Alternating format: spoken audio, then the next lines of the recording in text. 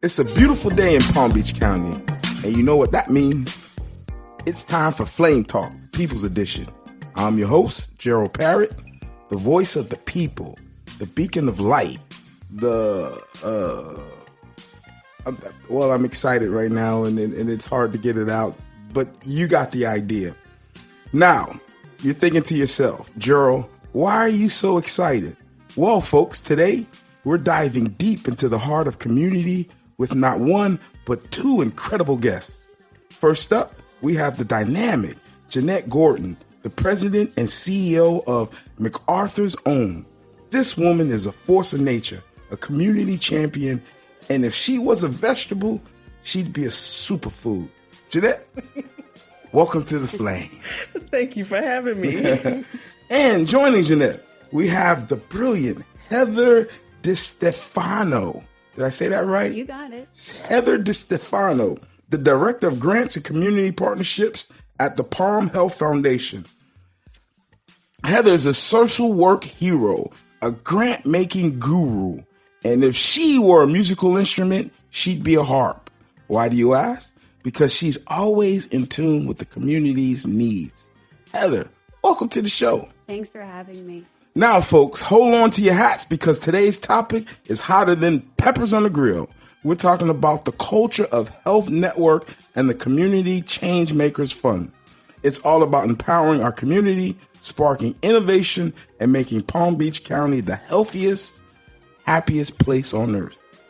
So buckle up because this is Flame Talk, the People's Edition, and we're about to ignite some serious change right here on 104.7 The Flame. Good morning, ladies. Welcome to the show. Good morning. Good morning. Thanks. Now, for those who may not be familiar with your particular organizations, we're going to go one at a time, but could you give us a brief overview of your organization and the work that you do for Palm Beach County? Let's start with you, Jeanette.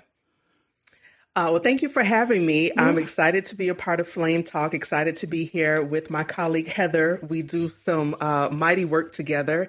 And as you said, I'm Jeanette Gordon. I'm the president of MacArthur's Own. Mm-hmm. About 2 years ago, I started my own community engagement firm, and Palm Health Foundation is one of my very first clients from a transition I make from working with them previously. So it's been an ongoing 8-year relationship with them that is just incredible. And that is largely what I do in Palm Beach County, really South Florida, is community engagement work. And Heather? Yes. So like you mentioned, I'm with Palm Health Foundation. I'm their director of grants. I have had the absolute honor of serving in that role since October. So I'm fairly new to the foundation. Well, congratulations. Thank you. Just so thrilled to be there. So Palm Health Foundation we are about promoting and improving health for all residents of Palm Beach County. And the way that we do that is through fundraising and then also through providing grant opportunities to nonprofit organizations in Palm Beach County. Now, Heather, the Palm Health Foundation is known for its commitment to community health. How does this Community Changemakers Fund align with the fundraisers or the foundation's broader mission? Oh, what a great question. So I would say definitely for me, what sticks out about Community Changemaker Fund in relation to Palm's Health is really how do we activate communities and people who reside within communities to contribute not only to just the ideas of how to make things better, but also to play an active role in that.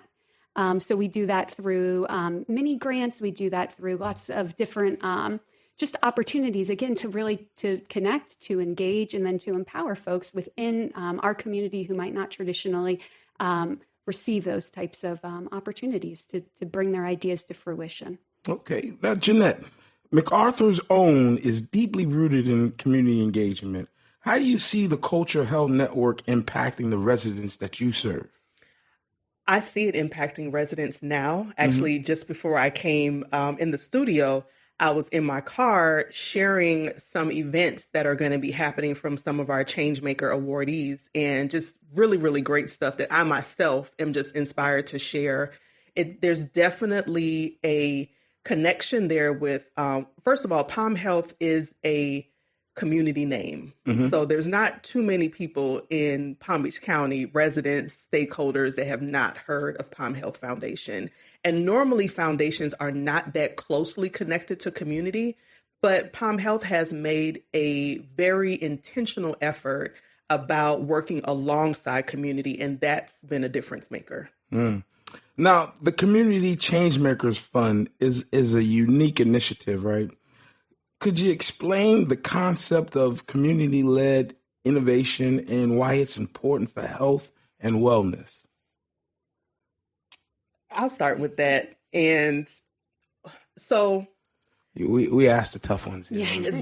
That's important in and of itself. But what gets me really, really, really excited about working alongside Changemakers is that it is co-designed with community. It's not a concept of, hey, we think this is what you need and we're going to give it to you.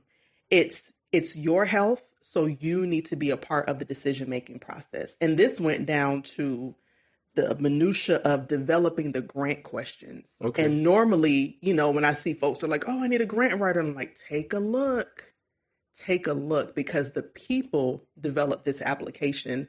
The people developed the process. The people worked alongside the funders. And normally it's funders who develop and then pass it down.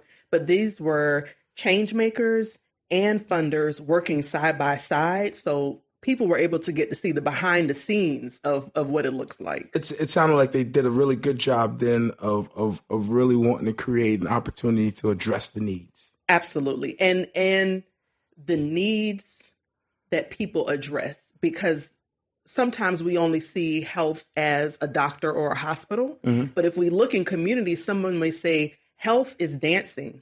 Health is information. Health is a resource. Health is an opportunity. So we really got to see the innovative approaches that community aligned with health. Heather, what inspired the Palm Health Foundation and other grant makers to create the Community Changemakers Fund? Like Jeanette has talked about, it was really an opportunity for not just Palm, but also other funders in our community to come alongside one another.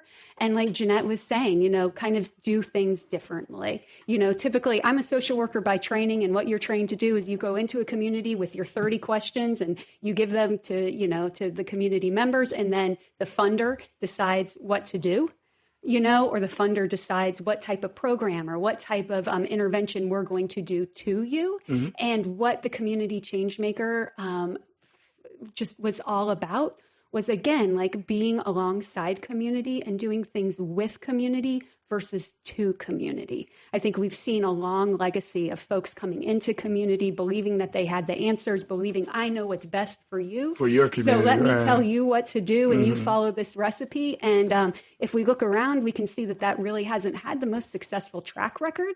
So again, like for Palm, and then also like the other foundations that contributed to the funding, it was really about doing things differently and looking at community and members of the community to identify those needs versus the funder identifying what you need. It was really about people within the community being informed by their community, also to bring about change in the ideas that they have about how to improve things. I want to classify your funders as open-minded from that perspective, that they were willing to say, I have funds, I want to contribute, I want to give and make a difference, but how can I? Right. A lot of funders don't do that. They want to tell you how to distribute their funds. So that was excellent. Jeanette, from your perspective, what are some of the most pressing health and wellness challenges facing Palm Beach County residents?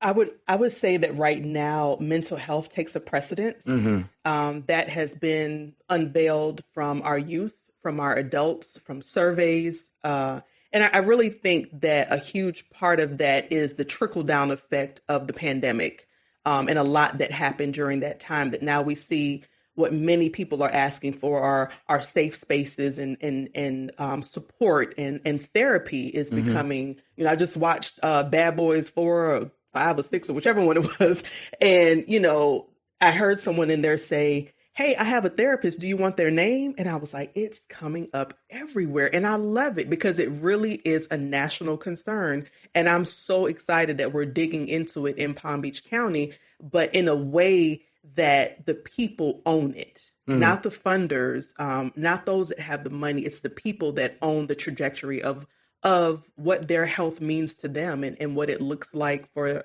their families as well.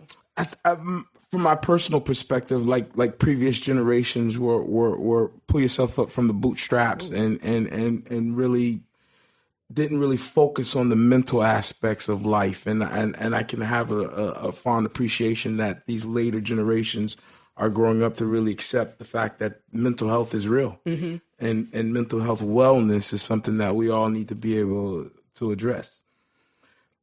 Now, the application process for the Community Changemakers Fund was intentionally designed to be different, right? Heather, could you elaborate on why this is important and how it encourages broader participation? Of course, I think Jeanette and I keep echoing like the word community, community, community. You'll probably never hear the word community more. Well, you can never say community enough on this community-based show. Beautiful. I'm glad I am in the right place. Yes, ma'am. But again, it was just, for me, the word that comes to mind is trust. And really, again, like how can we can put trust in people who live in the communities to not only identify the issues, but to also come up with really innovative solutions. And for me, it kept echoing like throughout this entire process. And again, it was, just looking to community to identify the needs and come up with innovative solutions. And then us as funders, also co-creating, alongside community members, just this really innovative process. Like Jeanette said, you don't need no grant writer, to fill out this application. Mm-hmm. Like it was really designed for folks to be able to really simply articulate, this is the need and this is the idea that I have. So what advice would you then give to individuals or organizations who are hesitant to apply for grants and funding? Apply. Yeah. Just do it. Right. Seriously. And the funny thing is that most people that come to me and say, I need a grant writer, I'll ask them, did you open the application? Right. No, well, I ain't had time yet. I promise you, if you open it, you will not be intimidated by it. And what's happening is that culture of simplicity is trickling down to other organizations. Because I don't know about Heather, but I've gotten contacted from other funders and organizations that will say, Jeanette, will you volunteer to review our application? And can you let us know if it's understandable? Like, will people see themselves or are we speaking too high level? Because I always say to folks, we don't have to put our whole degree on the paper. We don't. Right. Like we've achieved something. That's great. But let's have something that's universal to community. And when I say community, I mean like-minded individuals when I'm speaking about that. And it's like, let's put something together where the barrier is not whether or not someone can comprehend the application. Like, let's not make that a barrier. So we really deflated and demolished that barrier where, again, the people designed it. And because that is I don't know if I want to call it a myth, but that is a perception about grants and the need for grant writers is that it is a cumbersome process. Now, I will say some grants are a cumbersome process. And you're going after federal funding, sometimes national funding, but definitely federal funding. The language can be a little intense.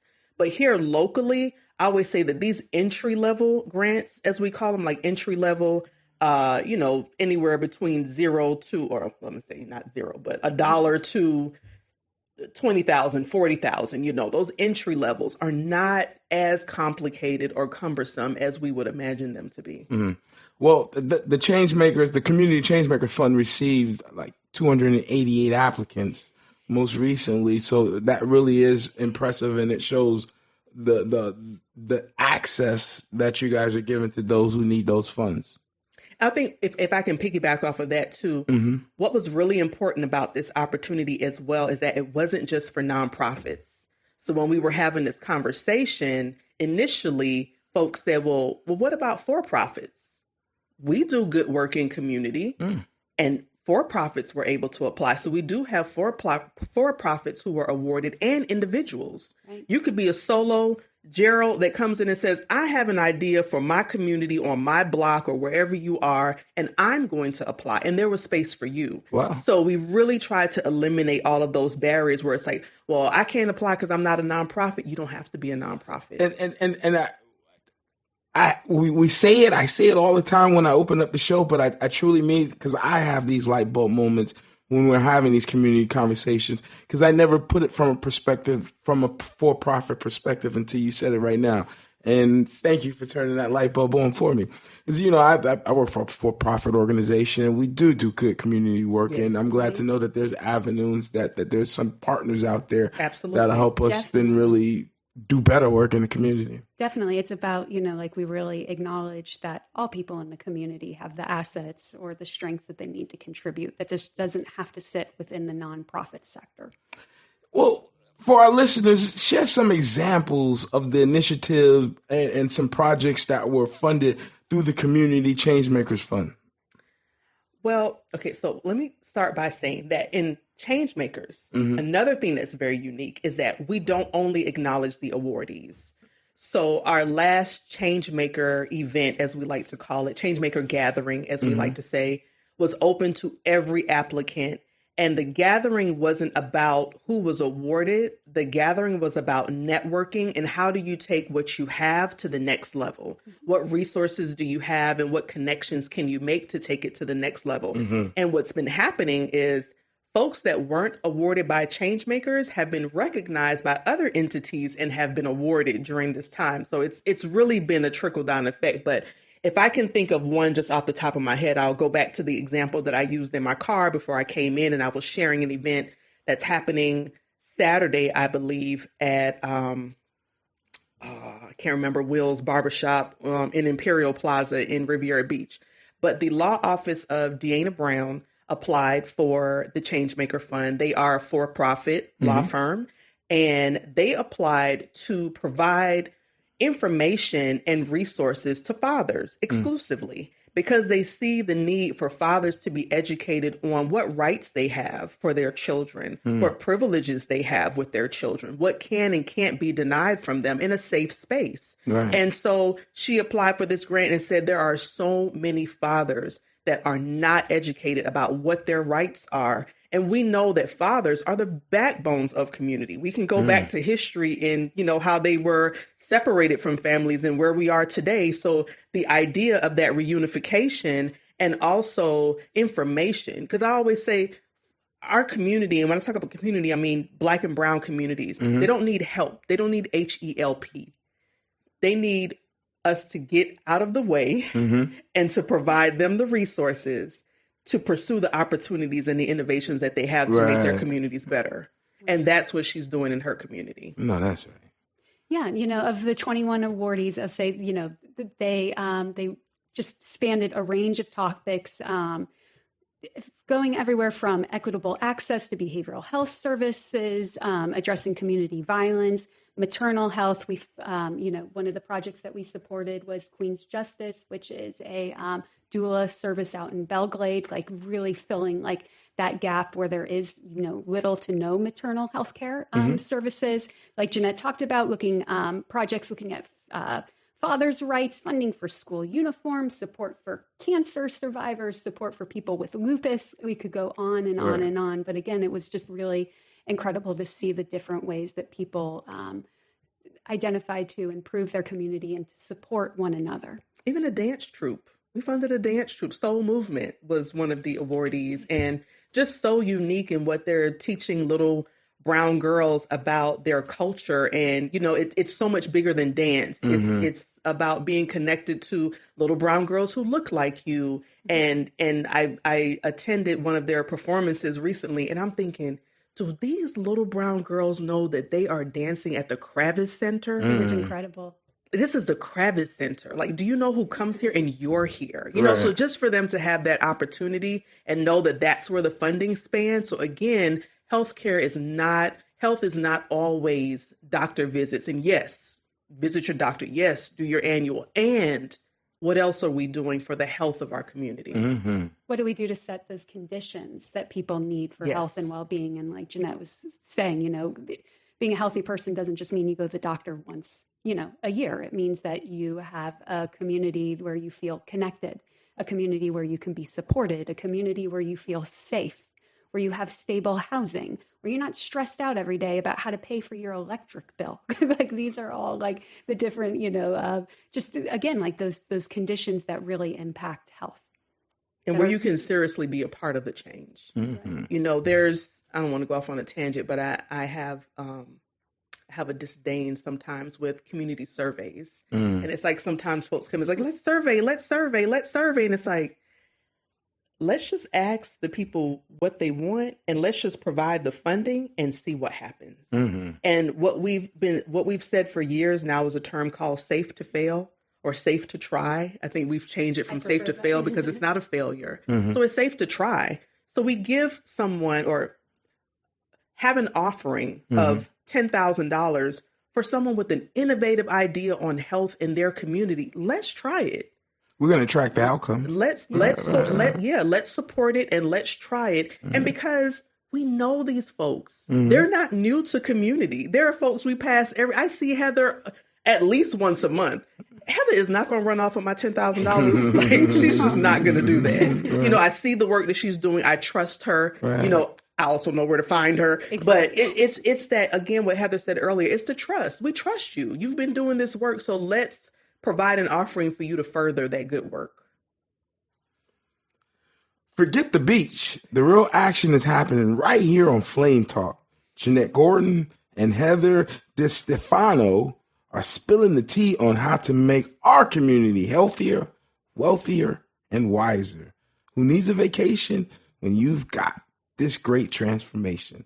Well, thank you, ladies. I appreciate you for joining Flame Talk today. Jeanette, now your organization that you spearheaded and generated MacArthur's Own.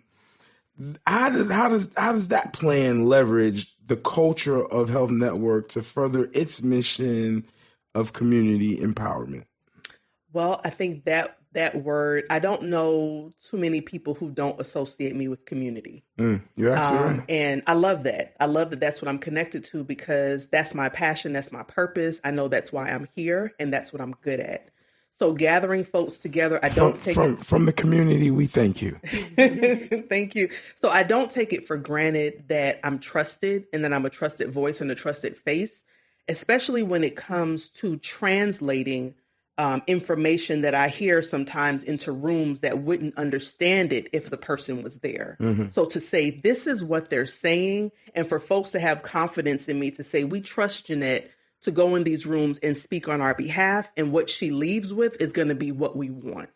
So there's definitely alignment there. My goal with MacArthur's Own was to always be strong in community engagement because I know that's what I'm good at. We have other offshoots, but our strong suit is definitely community engagement, bringing folks together and presenting different offerings, whether it's grant offerings, resources for families, for individuals. I pretty much live and breathe that. I think it sounds like, and I don't know if I got the scope of work down right from your organization, but there are a lot of sparks out there in the community, right? And a lot of people who want to do something or contribute or move the needle in their community somehow, but just don't know how. And they need organizations like yours to kind of help facilitate and bring their knowledge base up to speed so that they can then add value. That, and also understanding that foundations sometimes don't have the capacity to do the groundwork. So that's when I'll partner with a foundation and they'll say, here is the grand idea we have. Can you do the groundwork with community while we operate, the funding? And when we talk about funders coming together, what was so unique about this and why it was important to have all eight correct? Nine funders, 8 funders, to have 8 funders at the table was because, Gerald, you could say, hey, Jeanette, I can buy bread, but I can't buy chicken. And Heather will say, I can get chicken, but I can't get bread. And then I'll say, I can't get bread or chicken, but I can get rice, right? individually, Sound we like we got a can't be meal. that great. But if we come together like these funders did, so behind the scenes, we're like, okay, well, United Way can pay for this, but so-and-so can't pay for that. But, this organization can pay for it. So there was a lot of work behind the scenes to make it play out as smoothly as it did for Community, which was beautiful. But just to know that it's not that funders don't want to do it, like say, well, why did it take so long? That takes a lot. It's like if you have 4 professional or 5 professional people and you're trying to schedule a lunch date. Have you ever tried that? I have. Yeah. You could be going on for months and it's like, come on, nobody got a Sunday. Nobody has fit on the calendar. So it took some time to weave through, okay, how can we to ensure that no one was left behind in Community. To make sure all the gaps were filled. Absolutely. Right, and whatever someone applied for, that there was the ability to fund it. How do you see the culture of Health Network contributing to a more equitable and inclusive approach to health and wellness in our community? Well, what I love about our culture of Health Network is it is made of community and by community. So in itself, it represents community. So like, Jeanette was kind of talking about that traditional like funder community relationship where there's like this hard line in between. The Community Changemaker Fund worked to diffuse that boundary, so like Jeanette was, sharing, it's not just about winners and losers and, who got awarded and who didn't. It was really about creating a powerful network because we know all of our ideas are powerful alone. But when we come together, as a force, then it's like next level. So that's where, I see the network in itself. Well, in my preparation for our conversation right now, one of the things I was enamored with or was impressed with was that the Community Changemaker Fund is not just about funding, and it's really about building those relationships. And you talked about it earlier, Heather, trust. But can you speak of and let our listeners know, because we're going to stop right now, right after this question, tell them how they can get involved. But the importance of collaboration between funders, organizations, and our community listeners, the residents. The line, we have at Palm Healthcare that we hear a lot, and just like what really echoes a lot of our work is just, what you don't do with us, you do to us. And definitely moving away from that. We don't want to be doing things to people. We want to be doing things alongside community. We want to be informed by community. So it's just that shift in the way of thinking, conceptualizing the role of a foundation and how they, interact with community. And again, just how to create that bridge or build that bridge. Let's say that. The community, now we hinted on it, but the Community Changemakers Fund took a risk by reinventing the traditional grant-making process. Since taking that risk, have you learned any lessons, or what are the lessons learned from this experience that you can apply to future funding initiatives? Is this something more organizations should embrace? 100%. Yeah, absolutely. Absolutely. And I'll say, underestimate is not the right word to use. So I'm going to keep trying to think of the right word to use. But like you highlighted before, we had 288 applications. I don't think at the beginning of that, anyone thought that would be the level of response. So again, it was just so impressive to see over and over again how primed community is to create change when the opportunity is provided. Let's take an opportunity right now and let our listeners know how they can get involved. Let's get some contacts, some websites, some links. So we do have a site. I'm going to share it with you. And if they're on social media, the hashtag is PBC Changemakers with an S. We're consistent with that hashtag. So a part of this and why Heather and I are smiling is that we struggle with branding this, right? Because sometimes when things are branded, folks feel excluded.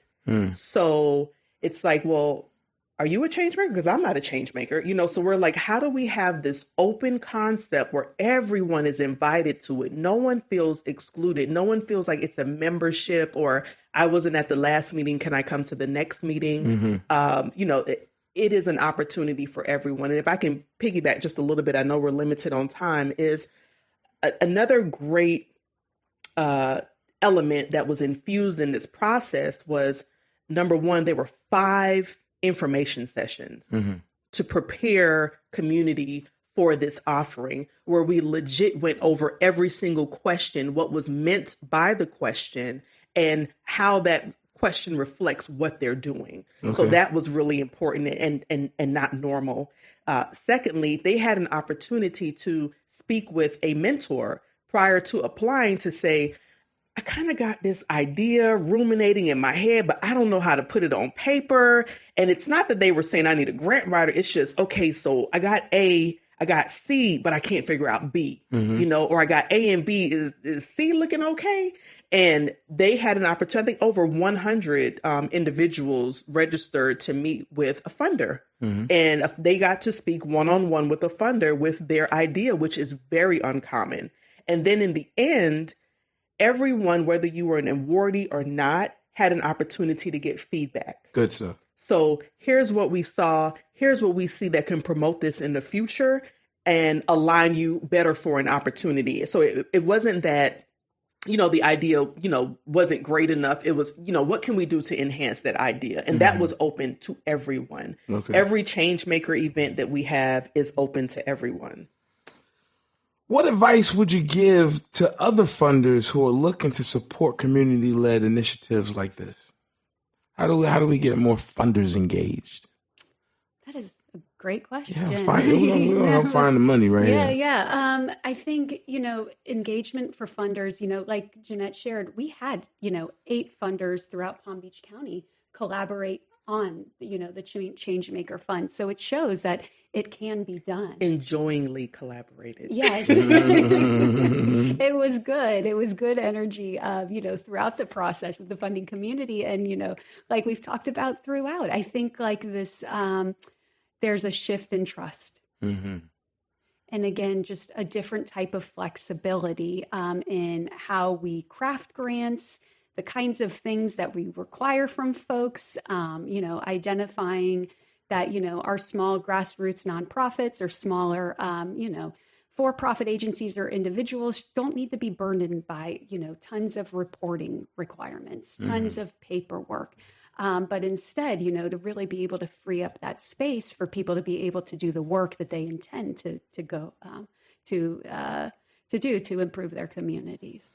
What are your hopes for the future of the network, and how do you envision it impacting Palm Beach County in the long term?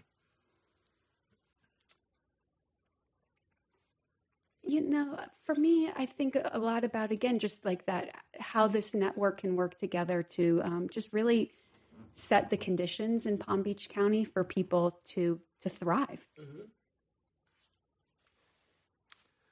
Jeanette, what are some of the key indicators that MacArthur OWN will be looking to assess the impact for the Cultural Health Network on the community that you serve?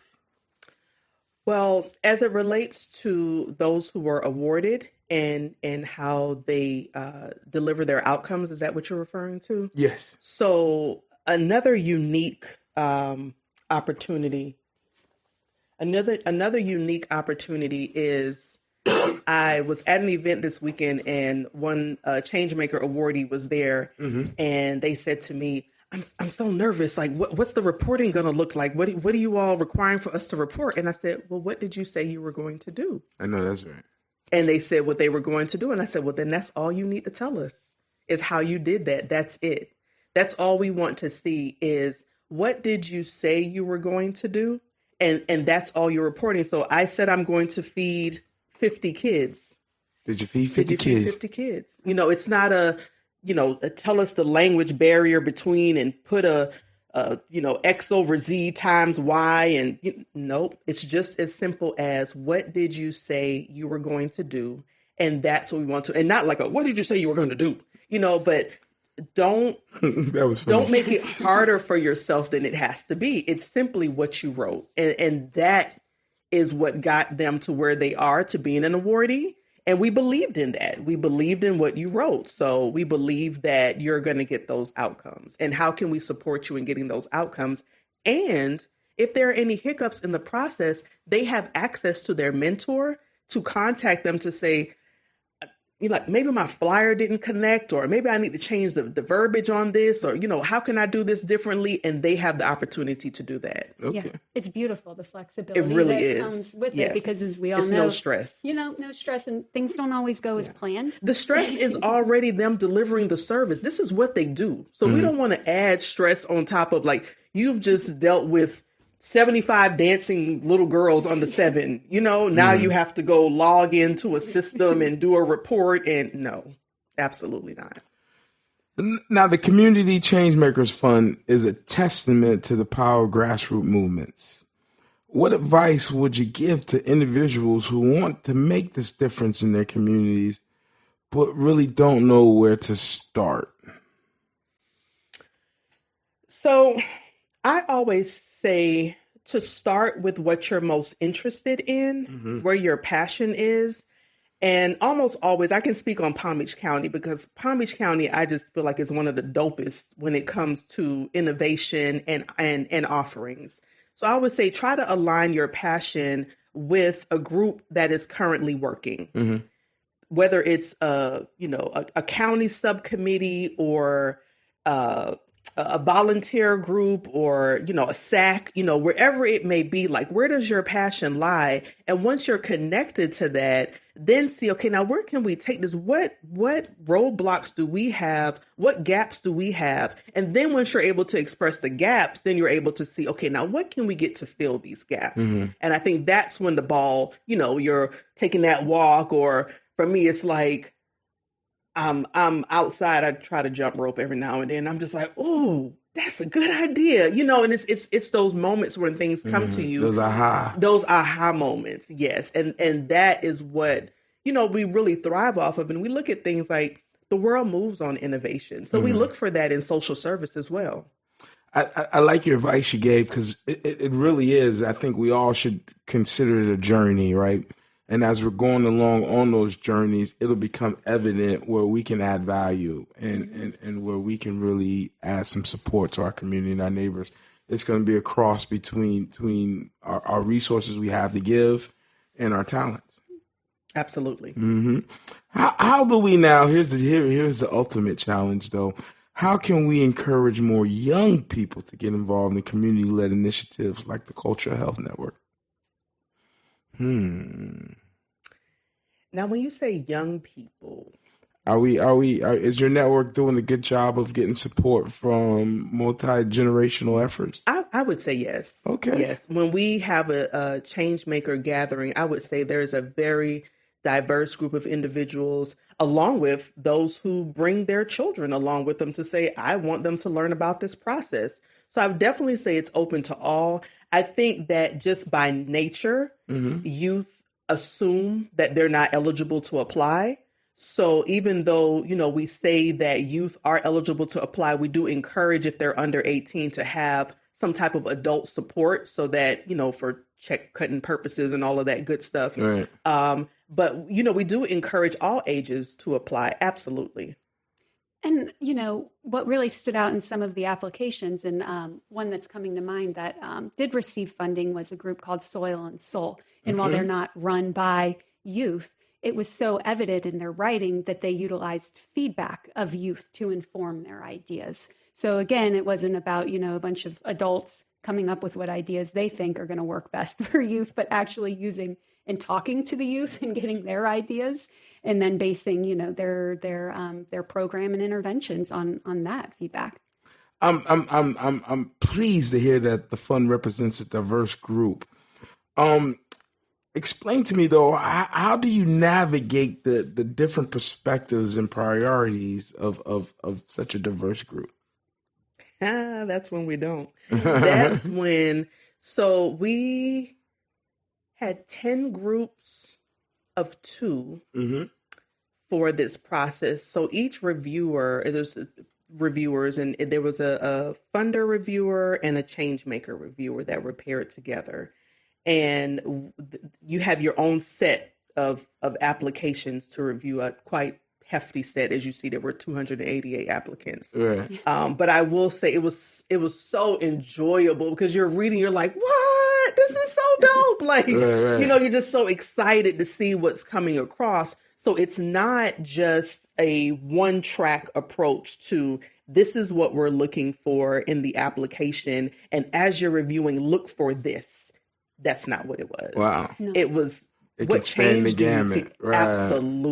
Absolutely. And the range of applications that we saw for how community saw change differently where they were from neighborhood to neighborhood. Mm-hmm. You saw demographics revealed in some, you saw ethnicities revealed in some, you saw, trials of parents revealed in some, trials of youth appeared in some of them. Mm-hmm. So it was very, very, very diverse. And what else was different too was it wasn't like, the change maker scored their application by themselves and then the funder changed their application by themselves. We actually got together throughout the process and mm-hmm. talked and compared notes and just shared feedback and ideas. So again, this was the most collaborative project I'd say I've ever been a part of. Absolutely. From beginning to end. Well, there is no end. Let me like we've been talking about, the culture of health network continues. So, what role does faith-based organizations have in supporting the cultural health network? Do you have a good relationship with faith-based? Absolutely. They were. We had a few faith-based leaders as a part of the design team, as mm-hmm. we like to call it. So we put out a general calling to Palm Beach County Changemakers, and again, this is not a specific group of individuals. Mm-hmm. I consider everyone to be a change maker. You may not have discovered what that change is yet that you're going to make, but it's inside you. So we did that call throughout Palm Beach County to say, if you want to be a part of the design team, mm-hmm. and because the funders are who they are, their time was compensated. Okay. It's like, we're not here to just say, give free labor. We understand that, thinking is work. Okay? It is work. Thinking is work. When people say, you do it, sit at your desk all day. Okay. You tried. That you get very worn out. So we're pulling, asking them, what do you think about? How should we? How has this affected you? So you're going through their own grant traumas. Mm-hmm. You're going through what their deficiencies may be to say, hey, can you please not ask for this? Because we don't have this. Mm-hmm. And we were very upfront about that, about what folks had and what they didn't have. So that group of individuals included faith leaders, parents, social service organization leaders, community leaders, change leaders, and the only requirement was that they could not apply for the grant offering because they designed it. Right, so right. You they can't could not design apply for it. But many of them said, and I remember Young Men of Distinction with Jacoby Walters, and he said, I don't want to apply. I want to learn. I want to be a part of this to learn how this happens. Okay. And I was like, whoa, that's deep. You're trying to take this knowledge with you to the next level to say, I'm going to exclude my organization from this so that we can be a part of the building process. And I think that just highlights again, the Community Changemaker wasn't just about who gets the award and who doesn't. It was about this learning process, integrating community, and building a culture of health. And the learning process, if I can say on Palm's side as well, because although there are 8 funders, mm-hmm. Palm was a leader in gathering community and funders together at the same time. And there were many times, and this is why I love working with this organization, that they show up in rooms and say, we don't know. We don't know. What are we doing next? We don't know. How to plan this out? We don't know. Sometimes we don't have all the answers. Sometimes you don't have to see the pot at the end of the road. You just got to be able to see the next couple of steps. But you know what? That allows community to feel like they're on the same level as you, mm-hmm. and not that you're coming in as the expert. It's like, wait, they don't know. They don't know. We don't know. We're all going to figure it out together. We're here to figure this out. And that's what we did.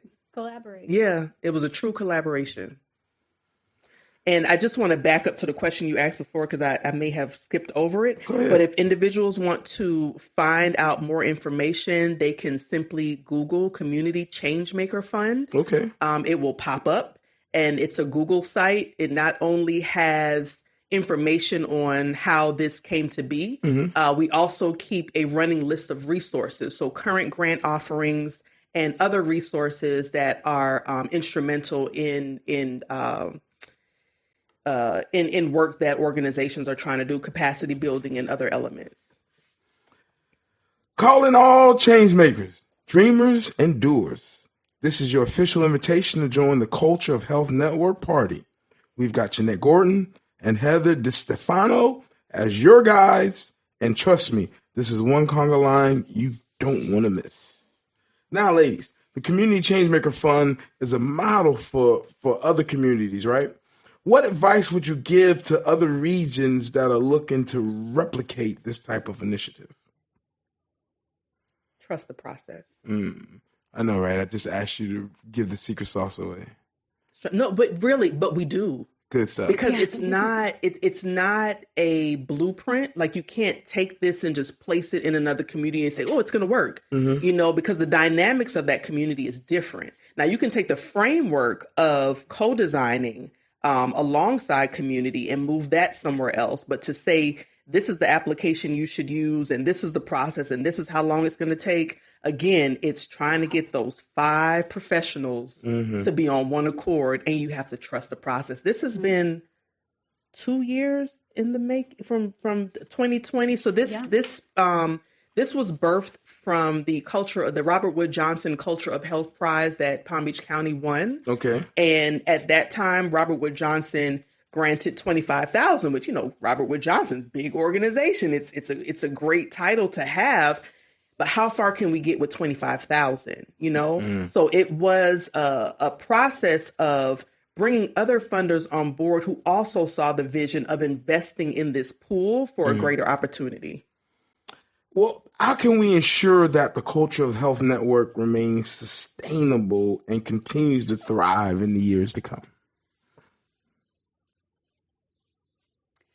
I'm pausing because, again, for me, it goes that's a question for the network itself. Yeah. So it's my mind went to the network, and my mind went to the power of people and the power of voice. And sometimes if you don't say you're hungry, nobody will know you're hungry, even though you haven't ate all day. So if something is missing, or if you recognize that you're not getting what you need, then to speak up, to speak up and say, well, can this happen here? Or can we do this again? Or whatever happened to such and such? But I think sometimes with communities, and it's unfortunate that things come in and it's kind of one and done, and folks move out, and then people are like, well, remember that thing we had back in 74 and nobody ever came back? And right. That was great. It was great, right? But sometimes, funders and others get wrapped up in other things, and they may forget. But if community comes back and is like, hey, we really enjoyed this, we'd like to see this again. So is so speaking up is kind of like a good way to shift that narrative around health from one individual's responsibility to like a collaborative approach. Ownership. Right. Yeah. That you're owning the health of your community and saying that it can't stop here because this was too good for our health. I like the fact that the Community Changemakers Fund is about empowering residents to take that ownership. What are some of the ways that you think that the network is in supporting this shift in power within the community? Is it part of the plan? Is it part of your mantra, or is it just inherent?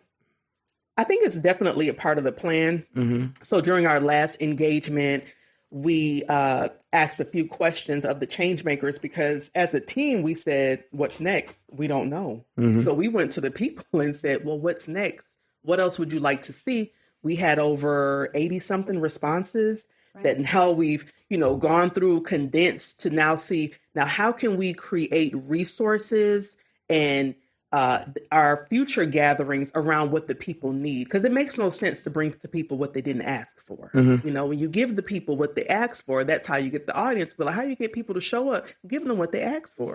I like it because these community-based organizations that you guys are working with really are the voices of the marginalized individuals within our community. And it kind of really guarantees that they're heard and represented within the Culture of Health Network. From a Community Changemaker Fund, is there a long-term investment in our community's future? Or what are some of the milestones you hope to achieve in the next 5 years? Again, that to me, that question goes back to the network. And this is what, I think really differentiates the Community Changemaker Fund from typical, just grant cycles or process. But, I know Jeanette mentioned how to access the website if you just go on Google and, put in Community Changemaker Fund, you'll be able to access our website. But what's so beautiful is again, in that spirit of transparency, all of the responses that we received at the end of that meeting are up on the website. So you can go and you can clearly see exactly what attendees identified as they wanted in their next steps. And then, hopefully our next step would be working alongside again the network or, as part of the network and possibly convening again, like Jeanette shared. Absolutely. What the resources on the website. That wasn't just Jeanette's brilliant, but that wasn't Jeanette's idea, right? That came out of somebody standing up at our gathering and saying, hey, it would be really great to be able to have resources listed on the website. So, again, it was utilizing that feedback loop. And we take it for granted that they're doing the work, so they don't have time to do the research, so they're like, well, when did that one come out? Or, we thought that passed, or it's back again, and it's hard when folks are in the trenches to step out of that. Innovation being an innovative thinker is a luxury. It really is. To be able to sit down and just take a moment to process and nobody's talking to you and nobody's bothering you. You can just think about the future. Everybody doesn't have that opportunity to be innovative, and it really is a luxury. So when we come together and pause at a Changemaker gathering to say, we're going to support you in your innovation. And here's other folks who are also innovative. Right. And for the next 5 years, yes, I would love to see more funders invest in this offering. I would also like to see community prioritizing their culture and their health, and understanding that those two things can come together. So when people say, what's the culture of health? Well, think about it. What's your culture and what's healthy for you? And put those two things together and not be afraid to do it. To say, I want to have a dance instructor class, or I want to break boards in my community, and this is healthy, So it's the combination of culture and health that I just love that's being prioritized, because it's not often that you get to prioritize your health in your culture in health offerings at the same time. Absolutely. This is a bold approach to philanthropy, right? Are there any risk associated with this approach? Are there any risk in creating this initiative? I mean, inherently, yes. But I think but the reward pays off. And for me, what did they say? People who just don't take risks. No risk, no reward. Yeah, no risk, no reward. Where's the innovation? No risk and no biscuit. Yeah, exactly. So for me, I think risk doesn't have to have a negative connotation to it. It's creating that space for innovation, for thinking, and just for doing things differently. Were there any unexpected benefits or outcomes that you've seen emerge from the Culture of Health Network? Oh my gosh, I have learned about even more change makers in Palm Beach County. Just when you think you've met all the change makers, even though that's impossible, but you just meet more and more folks, and I'm like, you're doing what? Where? And to see them networking, change makers networking together and exploring offerings together, to say, I don't have to do this alone, because I met Gerald at the Changemaker gathering and he does this. So we had a gallery walk at the last Changemaker event, and anyone who applied for the Changemaker Fund was able to submit some information on their organization or their project. and it was displayed on the gallery walk. So you walked in and it's just beautifully lined up on both sides, all of these different projects. And folks just walking around, whether you were awardee or not. And what was happening was you see people with their phones out, screenshotting, getting QR codes, taking down phone numbers to say, oh my gosh, somebody on the gallery walk does the same thing I do, and I got to go inside and find them. Mm-hmm. It's just folks don't have the time to network. And then it's like, okay, so I forget who came up with that brilliant idea, but it was this idea of how can we display without going around the room for everyone to stand up? Because that can sometimes take 2 hours. Right. But how can we do that more smoothly and easily and visually appealing as well? Okay. And just to see folks walk in and their project is on a big easel in beautiful colors, like taking pictures beside it and learning about what other offerings are in community, amazing. And connecting while doing it. Connecting. And that was something that was on our list a few times, was folks saying we want more of these networking gatherings. We want to learn more about other change makers. It sounds like you've done a very good job of creating a culture of collaboration that extends beyond the Culture of Health Network, and it really permeates through a lot of aspects in our community. Does the network itself invest back in the community in developing local leaders? Or is that just an inherent byproduct of this process? It's a little bit of both. It's definitely a byproduct of what we're doing, because in the midst of all this, we also want to add strength to leaders, and strength through resources, strength through knowing they can get something done because they have either the finances or the support to get it done. That empowerment moment. Absolutely. Dun, dun, dun. So I believe it's that. And then there are some distinct capacity building opportunities that Changemakers voice that they would like to see. For instance, data. One person stood up and said, we keep talking about data. Where do we find it? Where is this data? And I was like, oh my goodness, we have been talking about this and people probably don't know where to find data. So that's on the agenda for us to deliver to community. Next is, where do you find your data? How is it applicable? How do you read it? What importance does it? Why do you need to have a sign-in sheet? What should be on your sign-in sheet? Things that sometimes we don't think about, but definitely plays into being awarded. Well, what are you most excited about as you look into the future of the Culture of Health Network? That this is how we health. Mm-hmm. When people come to Palm Beach County and like, it's different here. This is how we health. This is how we do it. I like that. Well, tell our listeners who want to get involved again. How can we find you? How can we contribute? How can we find the grants? We want to be involved. Well, I'll start. You can definitely Google either PBC Changemakers Fund or Changemaker Fund. I forgot the one I said before. PBC Changemaker Fund. And if you Google that, you'll go right to our site that has a listing of resources. For myself personally, I'm Jeanette Gordon. Mm-hmm. I'm Jeanette Gordon on Facebook, where I just recently did a live talking about some recent grant offerings, as well as resources for for-profits, nonprofits, and individuals. That is Jeanette Gordon on Facebook. And then on Instagram, it's at MacArthur's Own, where I pretty much provide the same information on offerings, grant opportunities, and just being a source for individuals to know what's going on. Am I reaching everyone? No.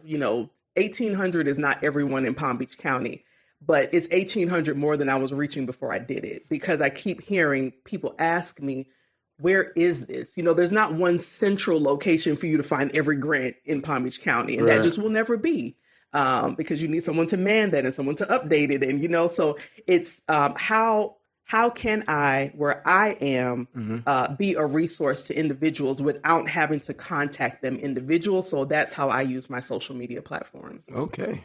Heather? Hi. You can go to Palm Health Foundation's website, www.palmhealth.org. palmhealthfoundation.org. You can find my contact information there. You can also find out about other really innovative community efforts that PALM leads. And also, I have to put a plug in, we also provide scholarships for nursing students and also people studying mental and behavioral health.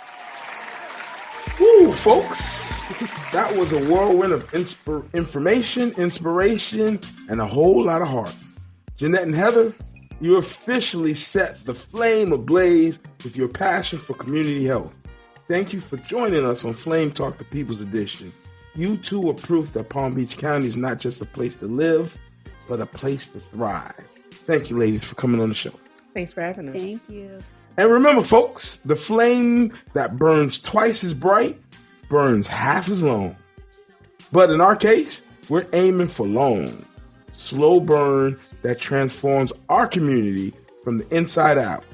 Now, if you'll excuse me, I need a nap and a little green smoothie after all of this health excitement. Keep those flames burning. Palm Beach County, this is Gerald Parrott signing off on 104.7 The Flame. Flame Talk the People's Edition. Peace.